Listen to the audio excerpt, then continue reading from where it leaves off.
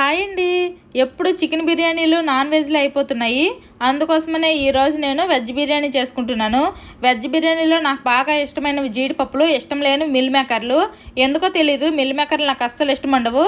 నేను తినే బిర్యానీలో ఒక్క మిల్ మేకర్ వచ్చినా సరే అది మా ఆయనకి ఇచ్చేస్తాను.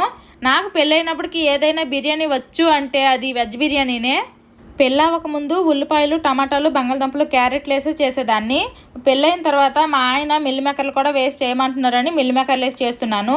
పెళ్ళైన తర్వాతనే నేను చికెన్ బిర్యానీ చేయడం నేర్చుకున్నాను. మా పిల్లలకి వెజ్ బిర్యానీలో వేసుకున్న బంగాళదుంప ముక్కలు, క్యారెట్ ముక్కలు అంటే చాలా ఇష్టం. అందుకోసమనే కొంచెం ఎక్కువగానే వేసుకుంటాను. ఎప్పుడు మేము వెజ్ బిర్యానీ చేసుకున్నా సరే దీనికి కాంబినేషన్గా చికెన్ కర్రీ కానీ లేదంటే ఉడకబెట్టిన గుడ్డు, పెరుగు చట్నీ కానీ తింటాము. మీరు వెజ్ బిర్యానీ కాంబినేషన్గా ఏం వండుకుంటారు? వెజ్ బిర్యానీలో ఏ రకాల కూరగాయలు వేసి చేసుకుంటారో కామెంట్ చేయండి. నా వెజ్ బిర్యానీ అయితే అయిపోయింది. లేట్ చేయకుండా ఒక పట్టు పట్టేస్తాము. Bye bye.